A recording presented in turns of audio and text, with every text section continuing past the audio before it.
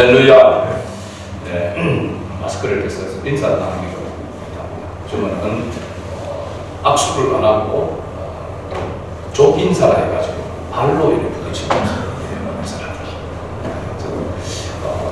지난 주간에 김은혜가 이렇게 모여서 인사를 그렇게 한다고 참 지금 여러 가지로 어렵고 힘든 그런 상황 가운데 있습니다.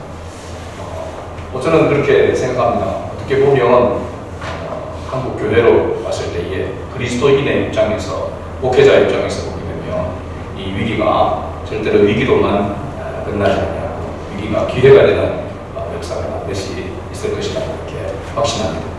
그래서 우리가 조심하고 최선을 다해서 방역도 하고 또 위생관리도 이렇게 잘하고 그러면서 우리가 하나님 앞에 기도하고 겸비하며 나아가게 되면 하나님께서 하나님 은혜 가운데 하나님의 역사로 전적으로 소멸되어지고 다시 회복되어지는 역사가 일어나게 될 줄로 믿습니다. 또 우연찮게 하나님은 우연이라는 것이 없고 운이라고 하는 것이 하나님은 없습니다. 하나님의 섭리만 있을 뿐이기 때문에 분명하게 이 믿는 자들에게는 한국 교회를 향하여서는 다시 한번 예배의 소중함과 하나님 앞에서 먼저 교회가 하나님 앞에 겸비해야 한다라고 하는 것을 깨우치게 되는 그런 계기가 되기를 하고, 또 세상 사람들에게는, 믿지 않는 자들에게는 인간의 힘으로 되는 것이 아님을 이렇게 알고 교만한 자들이 겸비하게 되지는 낮아지는 그런 은혜가 있기를 바라고 있습니다. 오늘 요한복음 7장 37절에서 44절에 있는 이 말씀을 가지고 예수님의 초청과 약속이라고 하는 제목과 함께 말씀을 나누고자 합니다. 지난주에도 말씀을 드렸지만 요한복음 이 7장의 시간적인 그런 배경을 보게 되면 초막절이라고 하는 절기를 두고 이 초막절 전에, 그리고 초막절 중간에, 그리고 오늘 본문은 초막절의 마지막 유대인의 명절인 초막절 마지막 끝날에 말씀하고 있는 그러한 내용임을 우리가 볼 수가 있습니다. 초막절 끝날, 이 날을 무슨 날이라고 이야기합니까? 오늘 본문 말씀 읽을 때에 37절에 큰 날이라 하겠습니다. 큰 날. 이 날이 언제냐라고 하는 것에 대해서 우리가 초막절에 대한 절기에 대해서 제정되어진 레위기를 이렇게 살펴보게 되면 레위기 23장 39절에 너희가 토지 소산을 거두기를 마치거든. 그래서 일곱째 날 15일부터 7일 동안, 1회 동안 여호와의 절기로 지키되 라고 이렇게 말씀하고 있습니다. 그리고 첫날과 여덟째 날, 그러니까 초막절을 시작하는 명절 첫날과 여덟째 1회를 지나고 그 다음 날이 되는 거죠. 여덟째 날은 안식하고 그 다음에 거룩한 성회로 모이라 라고 그렇게 말하고 있습니다. 민수기 29장 12절에 그래서 이 큰 날을 거룩한 성회라 라고 이렇게 이야기하고 있고, 바로 절기가 끝나는 그 다음 날 여덟째 날을 이야기하고 있습니다.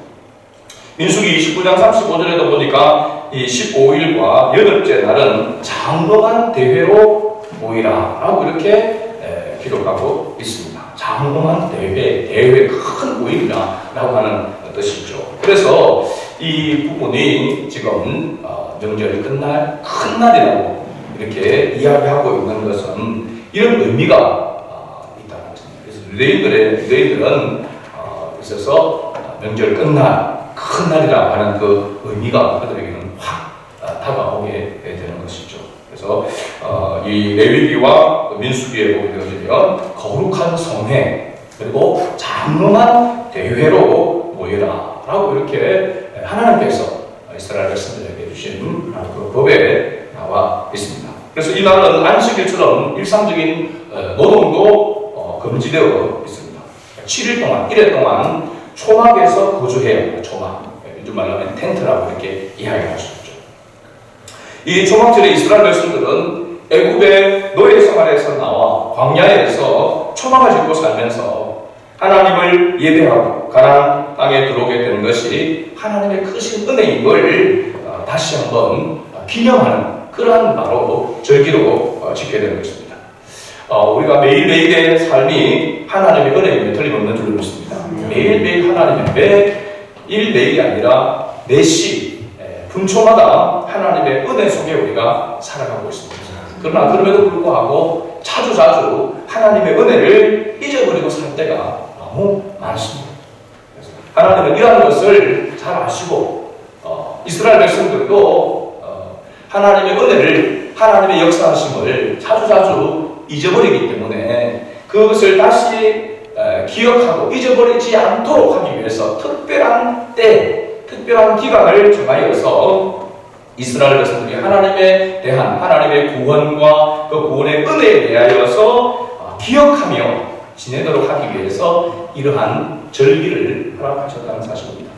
사실 제가 이 말씀을 묵상하면서 이러한 제도는 오늘을 살아가는 우리 그리스도인에게 필요한 제도가 아닌가 하는 생각을 해보았습니다.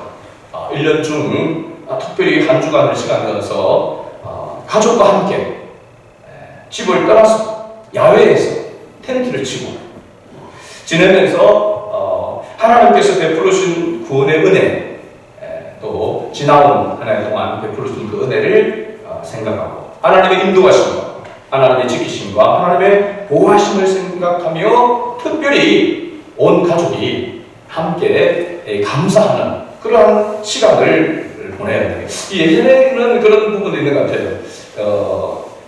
여름 휴가 때를 위해서 기도원에 가서 은혜 받는 것, 이런 한 주간 기도원에 가서 특별히 은혜 받는 이런 부분들이 교회 안에 신앙생활하는 분들 가운데는 아주 그게 1년 가운데에서 아주 중요한 하나의 어떤 요즘 말로 하면 이벤트라고 이렇게 할 수 있습니다. 요즘은 기도원에 안 가죠, 그죠? 그래서 기도원 유지 자체가 어렵다라고 이렇게 이야기합니다. 벌써 기도원의 집회와 이런 부분에 있어서 인원이 줄어들고 이제는 뭐 존폐 위기에 있는 그런 기도원이 태반인 것을 이렇게 보게 됩니다. 제가 기억에도 이렇게 가까운 양산에 강릉산 기도원 같은 경우에 그 안에 앉을 자리가 없을 정도입니다. 강대상 위에까지 다 앉아서 자리에 그야말로 그 신천지들이 줄을 맞춰서 앉아 있는 거죠. 그보다도 더한 그렇게 바짝바짝 붙여가지고 그냥 그렇게 앉아서 예배를 드리고 은혜를 받았던 그런 게 있습니다. 그리고 마치고 나면 바로 집에 가는 것이 아니고 그 산에, 바로 기도원 옆에 온 산에 성도들이 그 산에 올라서 산 기도를 어떤 분들은 밤을 새도록 이렇게 쳐야 기도하는, 그래서 그 기도의 소리가 온 산에 왕왕왕왕 끓을 정도의 그런 모습들이 있었습니다. 근데 지금은 휴가가 돼도 기도원에 가서 은혜를 받는 그런 사람들이 잘 없습니다. 그러다 보니까 하나님의 은혜 속에 우리가 살아간다라고 하면서도 하나님의 은혜를 잊어버리고 살아갈 때가 많은 거죠. 그래서 오늘날 우리가 그러면 다시 한번 이와 같은 모습으로 가족이 텐트를 가지고 야외에 가서 일주일 동안 거기 가서 뭐 고기를 잡거나 물놀이를 하는 것이 아니라 여기에 보면은 말씀과 기도 경건하게 매일 하나님의 은혜를 생각하면서 그렇게 일주일을 보낸단 말이죠. 가능할까? 가능하겠습니까, 여러분? 난리 날 겁니다. 일주일이 뭡니까? 씻는 거, 먹는 거, 잠자리, 그죠? 그래서 지내는 동안에 심심하다, 온 애들이 견디지 못할 겁니다. 그런데 이게 가능했다는 것입니다. 이스라엘 당시에 하나님 이 말씀을, 이 법을 제정하고 이 법을 지키는 이스라엘 백성들은 가능했다는 것입니다. 어떻게 가능한가? 근데 그냥 일주일 동안 훈련이나 세트하고 그냥 버텨라, 이게 아닙니다. 레위기 23장 40절에 보면 이렇게 하나님 말씀하고 있습니다. 너희의 하나님 여호와 앞에서 이래 동안 초막을 치고 야외에서 광야에서 지내는 동안 즐거워할 것이라. 이래 동안 즐거워하며 그 힘든 훈련과 같은 그 생활 속에서도 즐거워할 것이야. 마지 못해서 참고 견디라는 것이 아니라 일주일을 지내는 동안에 즐거워한다. 즐거워했다는 것입니다. 이게 가능하냐는 것이죠. 가능하지 않는데 하나님께서 이렇게 하라고 하지 않겠죠. 그죠? 하나님의 은혜를 헤아리고 하나님의 중심의 그런 생각, 하나님께 집중하는 그 모습으로 나아가서 그와 같이 나아가게 되면 일주일을 지내는 동안에 그 불편함 속에서도 그 텐트를 치고 그 속에 지내는 동안에도 즐거워하는 삶, 감사하는 삶. 그리고 난 다음에 일주일 1회를 보내고 난 다음 그 다음날 성회로 모였다는 것입니다. 오늘 날을 이야기하면 토요일까지 월요일부터 토요일까지 텐트를 치고 지내다가 즐거워하면서 지내다가 주일날 와서 예배를 드린다는 것입니다. 그 예배를 드릴 때에 말할 수 없는 감격과 감동이 있었다는 것이죠. 이것이 가능하냐? 이것이 그리스도인의 삶이다. 하나님의 자녀의 삶이다라고 하나님 그렇게 이스라엘 백성들에게 말씀하신 것이죠. 그럼 오늘 우리에게도 동일한 말씀이 아니겠습니까? 우리 일주일 동안 살아가는 가운데서 하나님의 은혜를 생각하고 하나님의 은혜 속에 살다가 주일날 하나님에 와서 예배를 드릴 때에 이 예배에 대한 감격. 목사님들 중에 진주에 계신 분들은 지난주에 영상으로 예배를 드리고 했던 교회도 있었습니다. 한 주 그렇게 해보니까 이번 주는 그렇게 못하겠더라고요. 영상으로 예배 드리고 교회는 문을 닫아놓고 없고 성도들이 없는 가운데. 그래서 이번 주에는 환자들이나 이렇게 몸이 불편한 분들을 위해는 교회로 가서 예배를 드리는 방역을 하고 위생관리를 철저히 해서 그렇게 예배를 드리기로 했다는 것입니다. 예배를 드리는 이 삶이 이것이 얼마나 중요한가 하는 것을 우리가 매주 예배를 드리면 잘 모르는데 하나님의 은혜가 얼마나 귀하다라고 하는 것을 다시 한번 생각하게 되어지고 그것을 계속 깊이 헤아리게 되어지면 우리가 하나님 앞에 나와서 예배드리는 이 예배에 감격이 더해질 수밖에 없다는 것입니다. 할렐루야. 오늘 하나님께서 이 본문의 말씀을 통해서 우리에게 이와 같은 즐거움을 우리가 육신적으로는 불편하고 여러 가지로 힘든 그 상황이라고 하는 것을 분명히 전제하면서도 불구하고 그럼에도 불구하고 즐거워할 수 있는 그리고 감동하며 감사하며 하나님 앞에 나와서 예배드릴 수 있는 이 그리스도인의 삶, 하나님의 백성의 이 삶이 가능하다. 그런 삶을 살아야 된다라고 주님께서 우리에게 말씀하고 있는 그런 말씀이 여기에 포함되어 있습니다. 어떻게 하면 이와 같은 삶을 살아갈 수 있느냐? 예수님께서 먼저 초청을 하고 있는 것을 봅니다. 이와 같은 삶을 살아갈 수 있는 사람들을 초청합니다. 그리고 초청한 그들에게 뭘 하냐면 약속하고 있는 것을 발견하게 됩니다. 그렇다면 우리가 예수님의 초청에 진정으로 응하게 되어지고 그 약속을 받아서 그 약속대로 우리가 나아가게 되어지면 우리도 또한 이와 같은 삶을 살아갈 수 있다는 것입니다. 매일매일의 삶이 지옥과 같은 삶, 지겹다, 힘들다, 고통스럽다 그런 삶이 아니라 주 안에서 정말 기뻐하고 즐거워하는 삶을 우리 그리스도인들은 살아가는 것이 마땅하고 그렇게 살아갈 수 있다고 하는 그것을 예수님께서 말씀해주고 있습니다.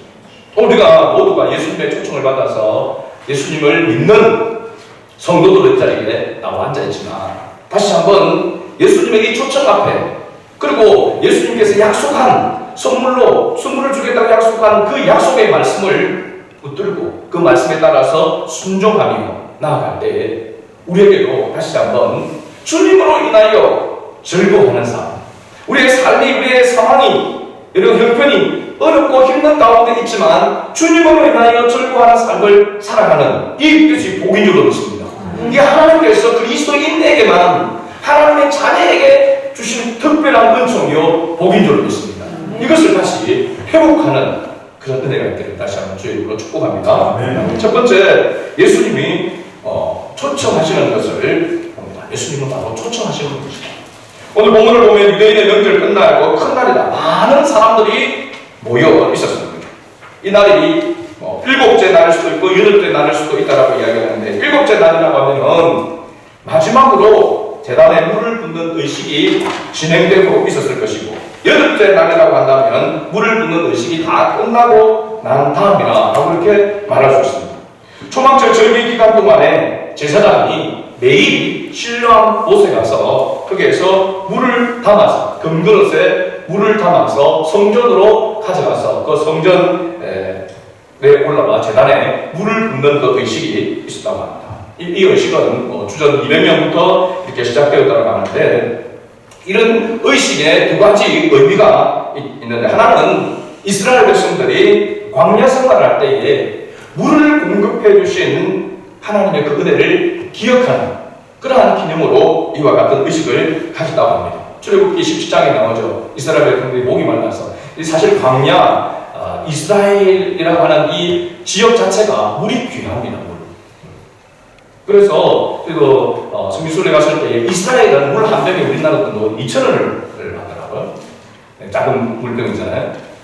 요르단 가니까 요르단은 좀 물이 싸는지 1,000원 받아요. 반값이. 이스라엘은 물 한 병에 2,000원을 받더라고요. 물이 굉장히 귀합니다. 화장실 가도 돈을 받습니다. 화장실도 그냥 공짜로 화장실을 쓰는 게 아니라 화장실 가면 사용료를 내요. 그러니까 물이 그만큼 귀하다는 것입니다. 구약시대도 이런 생각이 나죠. 거부들, 족장들 이렇게 되면은 재산의 상징이 그 부의 상징이 뭐냐면 우물이었어요. 우물을 가진 자는 부의 바로 상징이라고 이렇게 말할 수 있습니다. 그만큼 물이 귀하다는 것입니다. 물이 없으니까 하나님께서 모세를 통해서 반석을 쳐서 물을 내어주셨습니다. 그렇죠? 그 반석에서 지금도 끼어져 쪼개져 있는 그 반석에서 지금도 물이 솟아나고 있다라고 하는 우리가 오늘 유튜브를 통해서 보았죠. 신령한 반석이라고 이 반석을 신령한 반석이라고 고린도전서 10장 4절에는 사도 바울이 그렇게 표현을 하고 있습니다. 단순히 그 반석에서 우리가 육신을 마시는 그 물을 그냥 그 물만 공급하기 위한 것이 아니라 그 물이 바로 반석에서 나오는 신령한 물. 이 반석은 누구를 상징합니까? 예수 그리스도를 상징하잖아요. 예수 그리스도를 통해서 이 물이 생명의 물이 공급되어질 것이다라고 하는 것입니다. 이스라엘 백성들에게 그 반석에서 물이 나왔다라고 하는 것, 그 물을 하나님이 물을 공급해 주신 하나님이시다라고 하는 것, 그에 대한 것을 기념하면서 그런 의식을 했다는 것입니다. 두 번째는 초막절은 하나의 모든 열매를 거두고 추수하여서 지키는 절기이기 때문에 그 다음 해에도 적절한 때에 이른 비와 늦은 비가 있습니다. 씨를 뿌릴 때에 내리는 비가 이른 비, 추수하기 전에 곡식이 영들어가도록 하기 위해서 내리는 늦은 비. 그래서 이 이른 비와 늦은 비가 적당한 때에 적당한 만큼 와야 곡식이 잘 있게 되어지고 열매를 거둘 수가 있는 것이죠. 그래서 이 절기의 때는 다음에 농사를 때에 또한 적당한 때에 이른 비와 늦은 비를 내려달라고 이렇게 기도하면서 지킨 그런 절기이기 때문에 이런 의식, 물을 넣는 의식을 가졌다라고 이야기합니다. 그리고 여덟째 날에는 하나님께서 계속 비를 주시기를 공적으로 기도했다고 하는데 새로운 하나에도 하나님께서 비를 공급하여 주셔서 농사와 또 목축이 풍족하게 해달라는 그런 의식을 가졌습니다. 아무튼 이 큰 날에 이 성회, 거룩한 성회, 장엄한 대회로 모이는 이 큰 날에 예수님께서 오늘 본문을 보면 서서 외쳐 이르시되라고 이렇게 말씀하고 있습니다. 예수님께서 서서 외쳐 이르셨다, 말씀하셨다라고 하는 것은 그냥 예수님께서 말씀하시되, 예수님께서 이르시되, 옛날 성경에는 가라사대로 나오죠, 그죠? 예수님께서 가라사대라고 할 때에 그냥 평범하게 이렇게 말씀하시는데 오늘 이 본문처럼 서서 그냥 말씀하지 않고 외쳐 큰 소리로 이르렀다라고 하는 것은 매우 중요한 말씀을 공적으로 선언하는 그런 말씀이다 라고 이렇게 말할 수 있습니다. 예수님께서 물과의 관계에 대해서 말씀하시는데 37절에 누구든지 목마르거든 또 원문에 보니까 목마른 자는 내게로 와서 마시라. 누구든지 목마른 자는 모두 내게로 와서 마시라. 예수님의 초청의 말씀을 하셨습니다. 이 예수님의 초청의 말씀은 그냥 예수님이 우연하게 단순히 그런 말하는 것이 아니고 예수님께서 하신 말씀들은 대부분이 보면 구약에 이미 선지자들을 통해서 선포되었던 그 말씀을 인용해서 말씀하고 있는 것을 봅니다. 이사야서 55장 1절 말씀, 제가 오늘 예배 시작 전에 묵상하는 말씀 가운데서 이 말씀을 읽었습니다. 이사야 55장 1절에 오라 너희 목마른 자들아 물로 나오라 돈 없는 자도 오라 너희는 와서 사 먹되 돈 없이 값없이 와서 포도주와 젖을 사라. 이건 바로 하나님의 초청입니다. 초청. 목마름. 여러분, 이 목마름은 우리 그냥 몸속에서 느끼는 그런 갈증, 그 목마름을 얘기하는 것이 영적인 목마름을 이야기하고 있습니다. 영원한 생명에 대한 목마름을 이야기하고 있습니다. 예수님께 오면 예수님께서 영적으로 목마른 사람에게 영적인 생명수를 제공해 주시겠다라고 이렇게 말씀하고 있는 것이죠. 예수님께서 초청하고 있습니다. 그래서 이 목마름이 있다라고 하는, 생명에 대한 목마름이 있다라고 하는 것은 생명이 있다라고 하는 것을 어떻게 보면 가정할 수 있는 거죠. 생명이 있기 때문에 목마름이 있는 것입니다. 생명이 없으면 목마름도 없는 것이죠. 그래서 이 목마름은 거듭난 생명이 가지는 것으로 볼 수 있습니다.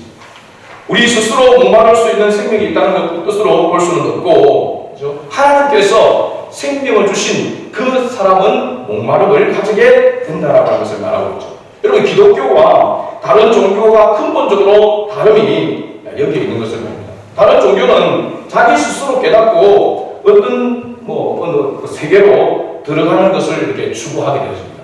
그러나 기독교는 시작이 뭐냐면 우리에게서부터 출발되어지는 것이 아니고 하나님의 초청으로부터 시작되어진다는 것이죠. 하나님은 먼저 초청하고 있는 것입니다. 안식일을 지키고 유월절을 지키고 초막절을 지키면서 어떤 보상을 해주겠다라고 예수님께서 그렇게 말씀하고 있지는 않습니다. 하나님께서 구원의 은혜를 마련하시고 그다음에 초청하신다는 사실입니다. 초청하신다. 예수님의 이 초청은 예수님께서 십자가를 지시고 부활하시는 그 객관적인 구속 사건에 근거하여 초청하시는 것입니다. 그냥 오라라고 해갖고 책임이 묻지는 그런 것이 아닙니다. 마스크 사러 오라 해갖고 또 중간에 떨어져버리고. 예수님의 초청은 모든 것이 다 준비되어져 있는, 완벽하게 준비되어져 있는 초청인 것입니다. 세상 사람들은 무언가를 해서, 세상의 종교를 하는 사람, 자신이 뭔가를 해서 그런 어떤 자격을 얻고, 그러고 난 다음에 무엇인가를 누리려고 하는 그런 모습을 가지고 있다고 할 수 있습니다. 기독교는 뭐냐면 다르다는 것이죠.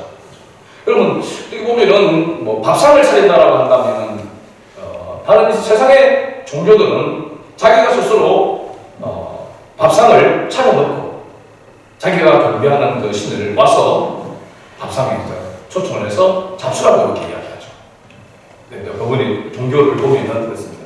그런데 기독교는 하나님께서 스스로 밥상을 차려놓고 누구든지 와서 먹으라고 이야기하고 있는 것입니다.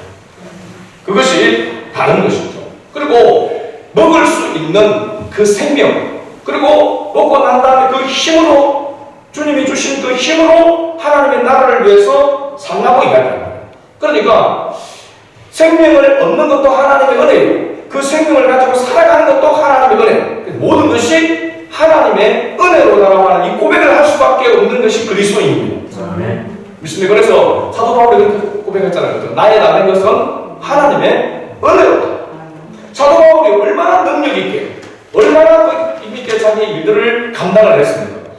어떻게 보면 예수님보다도 사역에 있어서는 더 많이 활동을 했던 분이 사도 바울입니다. 그러나 사도 바울이 나의 많은 것은 하나님의 은혜라고 이렇게 이야기하는 것입니다.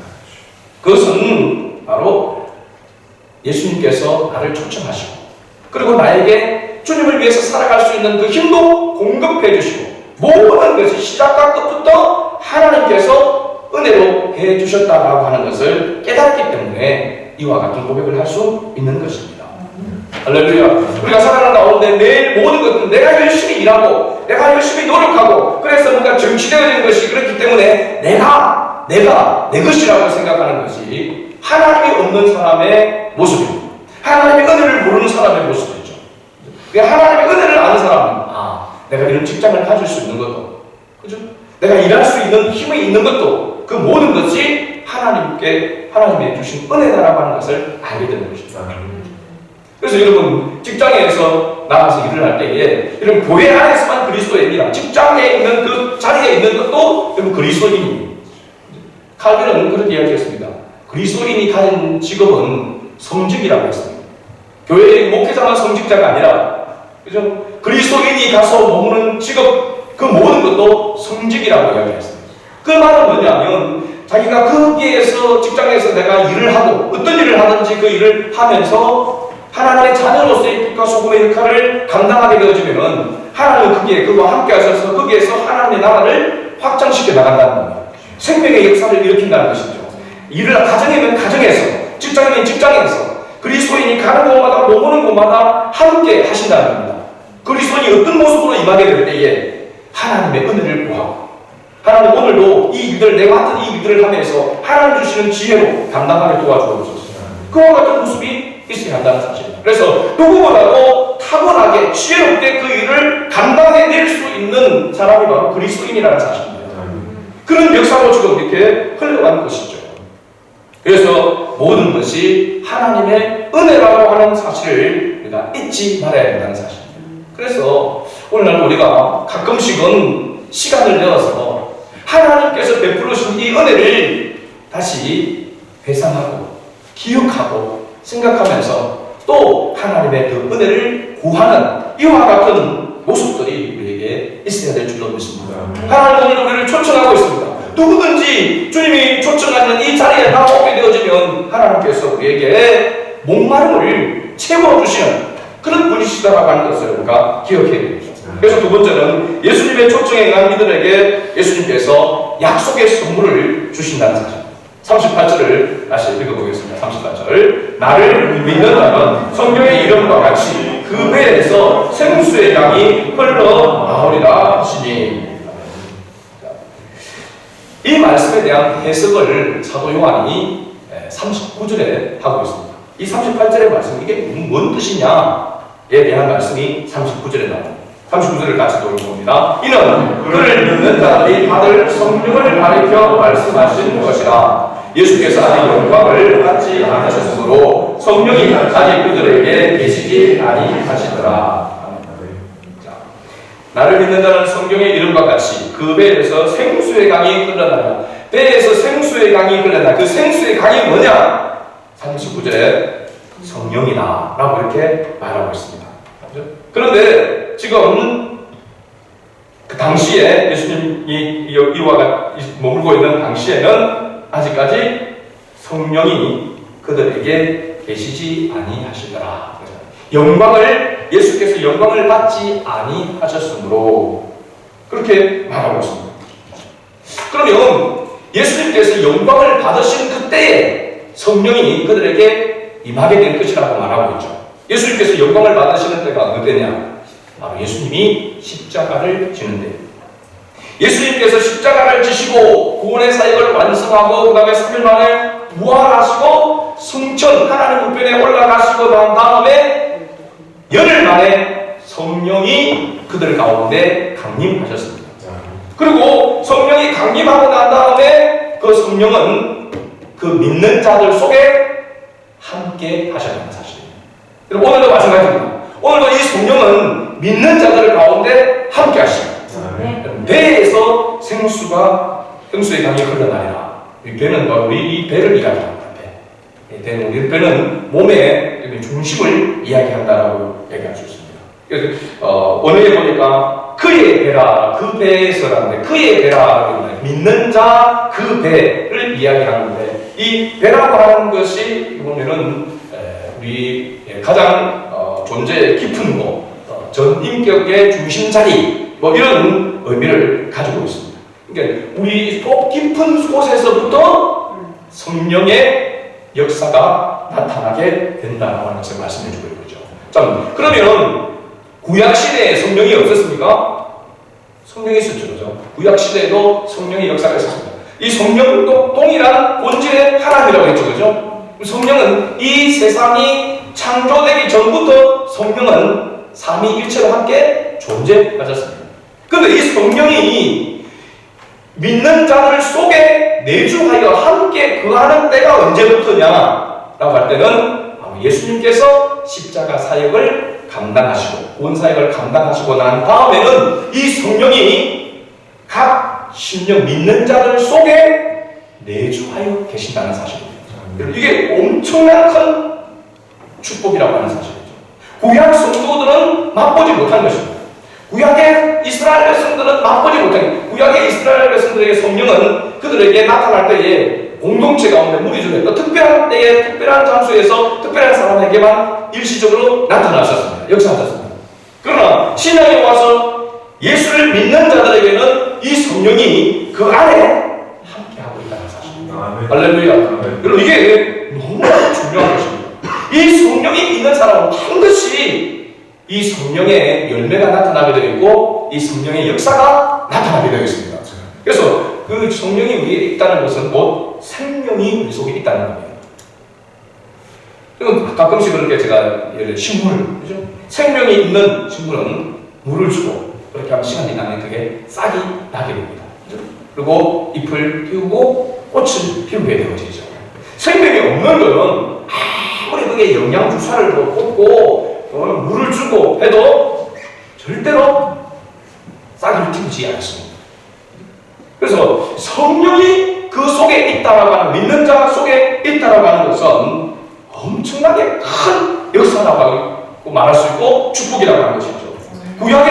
구약에서 이미 그와 같이 말했다라고 사도 요한은 이야기하고 38절 성경에 이런 것 같이, 이 성경은 그 당시 보면 구약 성경을 이야기하고 있습니다. 우리가 잘 아는 에스겔서 47장, 지난번에 우리 새벽기도 때 살펴봤던 말씀이죠. 성전에서 흐르는 물을 말씀했는데 에스겔서 47장 9절에 보면 이 강물이 이르는 곳마다, 성전에서부터 나온 이 물이 강물이 되어져서 이르는 곳마다 번성하는 모든 생물이 살고 또 고기가 심이 많으니 이 물이 흘러 들어가므로 바닷물이 되살아나게 하고, 이 바닷물은 사해라고 했습니다. 소금덩어리와 같은 그 사해물이 살아난다 했습니다. 이 강이 이르는 각처의 모든 것이 살 것이며, 그래서 강물이 바로 생명을 주는 이미지를 나타내고 있는 것이죠. 여러분, 여기만 아니라 요엘서 3장 18절에도 유다 모든 시내가 물을 흘릴 것이며 여호와의 성전에서 샘이 흘러나와서 씻긴 골짜기에 내리라. 씻긴 골짜기에 흘러내리라. 여러분, 카페에 들어가기 전에 제가 그 지도를 붙여놨습니다. 이스라엘 지도. 그 가운데서 보면 이스라엘들의 입체적으로 되어져 있는 위에 부분에 이런 있는데 보면 어디가 높고 어디가 낮은지 입체적으로 이렇게 되어 있어서 이스라엘 그 지형을 잘 볼 수가 있습니다. 그게 보게 되면은 이 사해가 얼마나 낮은 곳에 이렇게 있는지를 이렇게 알 수 있고, 예루살렘이 얼마나 높은 곳에 이렇게 있는지, 위치에 있는지, 이런 여러 가지 이거를 좀 그냥 일반 평면 지도가 아니라 입체적으로 이렇게 되어진 그 지도라 잘 보고 이해할 수 있는 그런 부분이 있습니다. 그래서 그 보면 예루살렘을 성을 있으면 예루살렘 그 성 주변으로 해서 흐르는 시내가 바로 씻긴 이 골짜기가 씻긴 골짜기인 것입니다. 평상시에는 제가 성경을 할 때는 바짝 말아서 이게 무슨 골짜기고 이게 무슨 시내인지 전혀 인식이 되지 않습니다. 그러나 우기가 됐을 때 물이 흘러내리면 거기에 물이 확 차서 내려가는 걸 이야기하고 있습니다. 그러니까 성전에서 샘이 흘러나와서 그 씻긴 골짜기를 내리라, 채워서 물이 흘러내리라 이렇게 이야기하는 것이죠. 그만큼 이 생수, 이 물이 성전에서 나오는 이 물의 강력한 능력을 이야기하고 있는 것입니다. 스가랴서 14장 8절에도 보면 그날의 생수가 예루살렘에서 솟아나서 절반은 동해로 절반은 서해로 흐를 것이라. 여름에도 겨울에도 그러하리라. 요한복음 우리가 4장에서 예수님께서 이 생수에 관한 부분을 사마리아 여자와 대화 속에서 했던 것을 우리가 생각할 수 있습니다. 사도 요한은 구약의 말씀을 인용해서 내가 주는 물을 마시는 자는 영원히 목마르지 아니하리니 내가 주는 물은 그 속에서 영생하도록 솟아나는 샘물이 되리라 라고 이렇게 말씀하셨습니다. 예수님께서 영생하도록 솟아나는 샘물을 주겠다, 사마리아 여인은 이렇게 이야기했죠. 예수님께서 초청하는 자에게, 예수님께서 나오는 자에게는 누구든지 이와 같이 이 생수를 공급해 주시겠다라고 이렇게 말씀해 주고 있는 것이죠. 이 생수의 강, 이것이 바로 무엇을 상징하느냐? 바로 성령님을 상징한다라고 말하고 있습니다.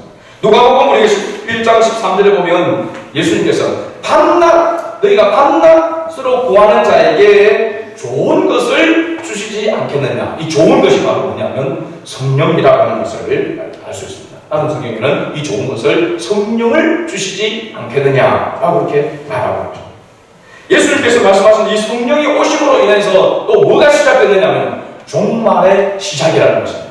그리고 예수님께서 육신의 몸을 입고 이 땅에 성육신 하신 것도 종말의 시작이라고 할 수 있는데, 실제적으로는 성경에 의해서 예언을 보게 되어지면 바로 성령이 오심부터 시작해서 성림 강림 사건으로부터 시작해서 말세가 시작된다라고 하는 것을 이야기하고 있습니다. 요엘서 2장 28절에 그 후에 내가 내 영을 만민에게 부어주리니, 기억나죠? 그죠? 그 후에 나왔습니다.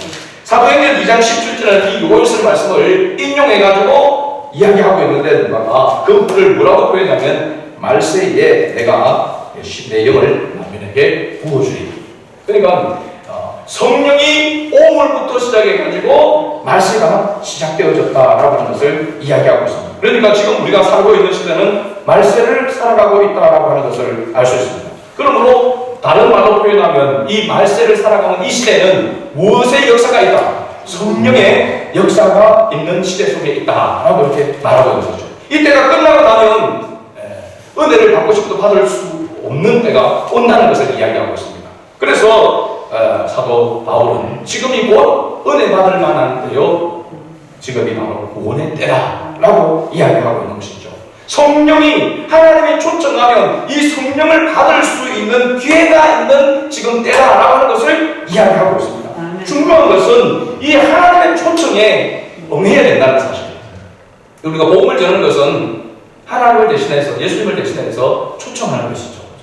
예수께로 나오면 저의 사함을 받고 영원한 생명을 얻게 되어지고, 성령을 선물로 받아서 하나님을, 나라를 위해서, 하나님을 위해서 살아갈 수 있다라고 하는 이 소식을 전하는 것이 바로 복음인 것입니다. 그러니까 지금도 하나님은 여전히, 주님은 하나님의 택한 백성들을 향하여 초청을 하고 있습니다. 초청장을 보내고 있는 것이죠. 그것을 듣는 자, 깨닫는 자는 하나님께서 택한 자라고 하는 것을 알 수 있습니다. 많은 사람이 쳐다보지도 않고 오히려 전도지를 주면은 국에서 버리고 사탕만 빼먹고 버리고, 그죠? 쳐다보지도 않고 읽지도 않죠. 듣지도 않으려고 하죠. 그러나 그 중에서도 철회하나 그 말씀을 듣고 깨닫고 회개하고 예수가 그리스도이심을 구원의 주님으로 영접하는 역사가 일어나고 있다는 사실입니다. 이것이 바로 하나님께서 하시는 역사의 것이죠. 사람이 하는 것이 아닌 것이죠. 오늘 우리에게도 이 성령의 충만함, 이 성령의 충만한 역사가 우리 가운데 있어야 될 줄로 믿습니다. 오늘날의 문제가 바로 뭐냐면 이 성령을 받고 이 성령의 풍성한 은혜를 맛보고 누리지 못하고 산다는 것이죠. 이게 오늘날 우리에게 그리스도인으로서의 딜레마라고 여겨서고, 우리가 정말로 심각하게 고민해야 되고 또 걱정하고 염려해야 될 그런 부분이 바로 여기에 있는 것입니다. 여러분들이 지금 눈앞에 보여지는 일들, 어떤 사건들, 그런 것 때문에 염려하고 걱정할 것보다도 더 앞서 걱정해야 될 것이 바로 뭐냐면, 내가 성령의 인도하심을 받고 살아가고 있느냐, 내가 성령의 충만한 가운데 살아가고 있느냐라고 하는 것에 대해서 더 고민을 해야 되는 거죠. 내가 그래서 성령의 충만한 가운데만 거한다면 여러분 앞에 놓여있는 문제는 문제가 아닙니다. 왜냐하면 주님께서 그 모든 일을 감당할 수 있는 힘을 공급해 주실 뿐만 아니라 모든 길을 시온의 대로로 열어주실 것이기 때문입니다. 내가 그 길을 열어서 내가 해나가려고 하면은 만약 그렇게 해나가더라도 결국은 자기가 높임을 받게 되어지고 하나님과는 상관없는 그런 모습이 된다라고 하는 사실입니다. 하나님은 그런 삶을 우리에게 허락하지 않았습니다. 하나님 우리에게 하나님의 은혜와 하나님의 능력과 하나님의 생명을 우리에게 충분하게 공급해 주시고 그 생명으로 살아가면서 하나님께 영광 돌리는 그 삶을 하나님은 우리에게 허락하신 것입니다. 그런데 우리가 이 성령과 함께 동행하는 삶을 살아가고 있는 거죠. 데살로니가전서 5장 19절에 보면 사도 바울은 이 성령을 소멸하지 말고, 지금 사실 소멸되어야 될 것은 코로나19가 소멸되어야 되는데 많은 우리 그리스도인들의 마음속에 성령이 소멸되어져 있는 그런 모습 가운데 있지는 않은 것. 여러분, 성령을 소멸하지 말라, 이 말은 뭐냐면 성령의 역사를 불을 끄듯 하지 말라는 것입니다.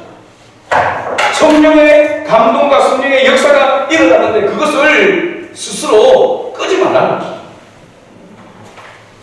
여러분, 어떻게 할 때 성령의 역사를 소멸시킬 수 있는가?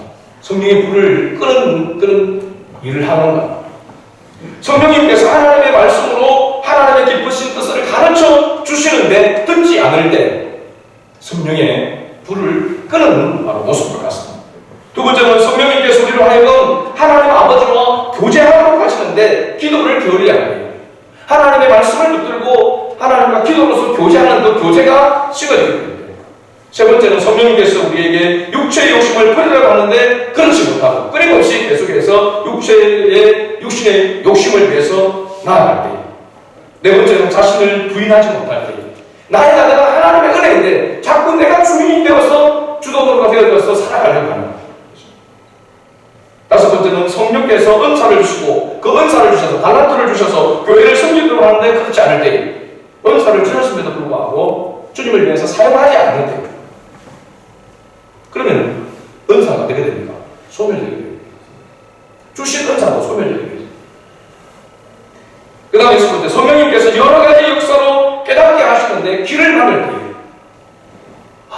제가 요즘 정말로 이렇게 뼈저리게 이렇게 느끼고 있는 그런 부분들 가운데 참 좀 부끄럽기도 하는 그런 부분들이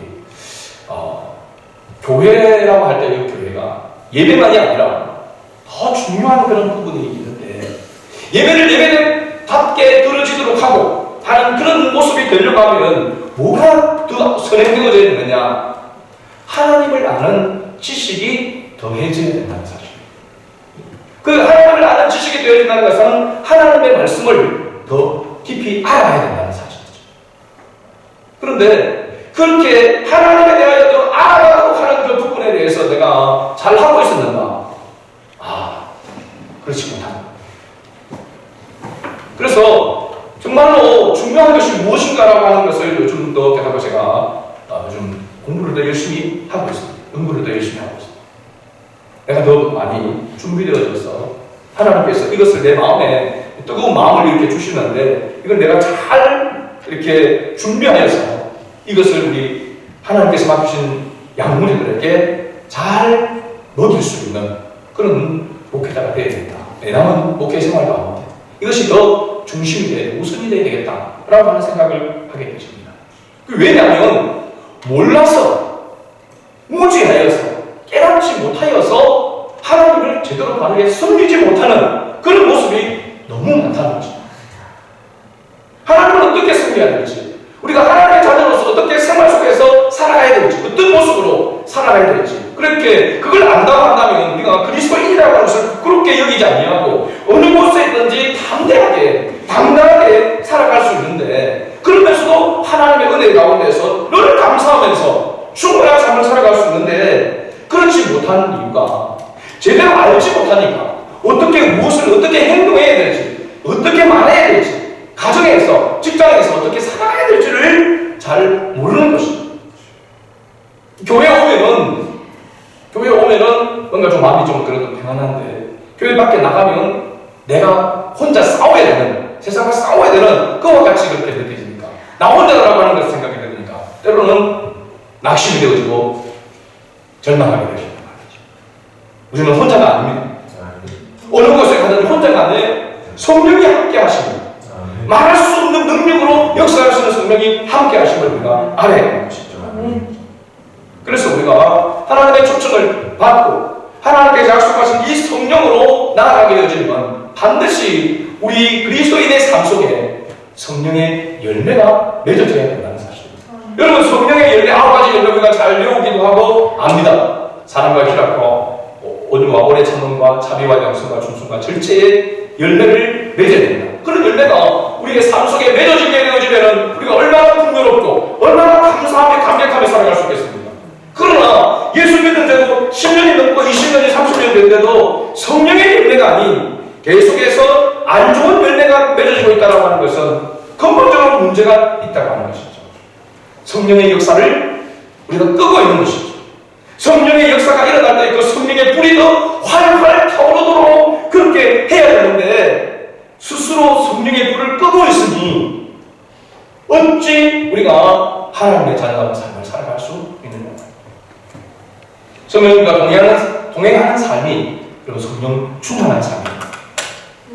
요한 칼빈이 기독교 강요에서 이렇게 말했습니다. 성령 충만은 성령을 더하여 받는 것이 아니라, 예수 믿고 우리가 성령을 받잖아요.